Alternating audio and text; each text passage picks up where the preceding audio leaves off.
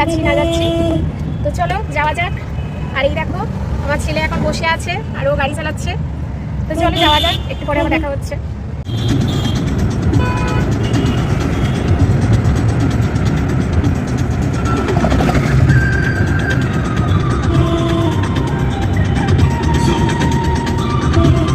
এই দেখো বন্ধুরা, ফাইনালি আমরা এখন বাড়িতে পৌঁছে গেছি। এই যে হ্যাঁ, আজকে আমাদের বাড়িতে আসার কথা ছিল, কারণ বাবা মা ফোন করেছিল আগের দিন, বলছিল যে তোরা অনেক দিন আসিস না, একটু আয়, একসাথে খাওয়া দাওয়া করবো, সারাদিন একসাথে থাকবো। তো সত্যিই খুব মজা হয়েছিল এসে।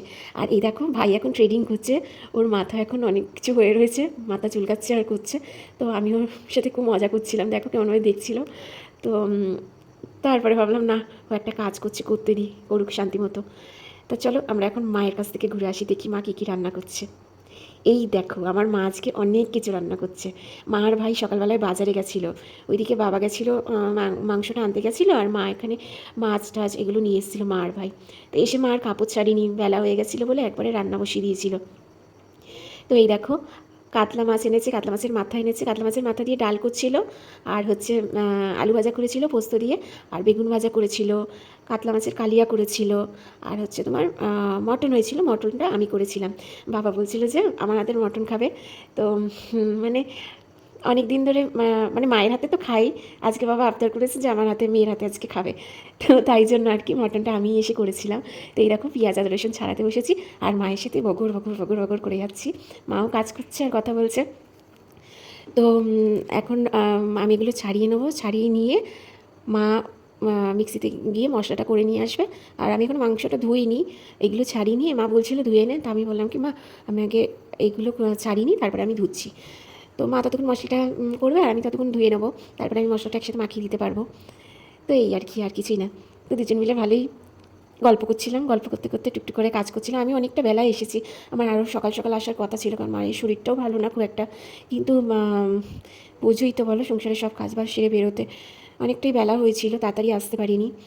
তো সেই কারণে সব কিছু রান্না করতেও সব মায়ের রান্না হয়ে গেছিলো, কিন্তু আমার মাংসটা করতে একটু দেরি হয়ে গেছিলো, সেই কারণে খেতেও অনেক বেলা হয়েছিল।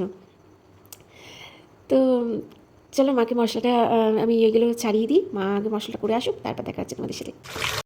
তো এই দেখো আমি এখন মাটনটা ধুয়ে নিচ্ছি, আর আমি না এক হাতে ক্যামেরা ধরে আর এক হাতে মাংস ধুতে পারছিলাম না, সব মাংসগুলো পড়ে যাচ্ছিলো। তাই মা ভাইকে ডাকছিল একটু ক্যামেরাটা ধরে দেওয়ার জন্য, কিন্তু মা এই ভাই ও আর বাবা তিনজন মিলে গল্প করছিল। তো সেই কারণে আমি বলছিলাম না থাক, আমি একাই করে নিচ্ছি। সেই কারণে ক্যামেরাটা আমি বেশিক্ষণ ধরতে পারিনি, ওই একা একাই যতটুকু পেরেছি করেছি। তো অনেক বেলাও হয়ে গেছিলো। তো আমি এখন মাটনটা বসিয়ে দিয়েছি। তো মাটনটা ধোয়া সব হয়ে গেছিলো, আর কিছু দেখানো হয়নি, মশলাগুলো মাখানো হয়ে গেছিলো।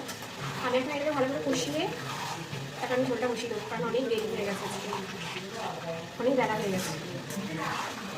তাহলে আমি ভালো করে কষিয়ে নিই।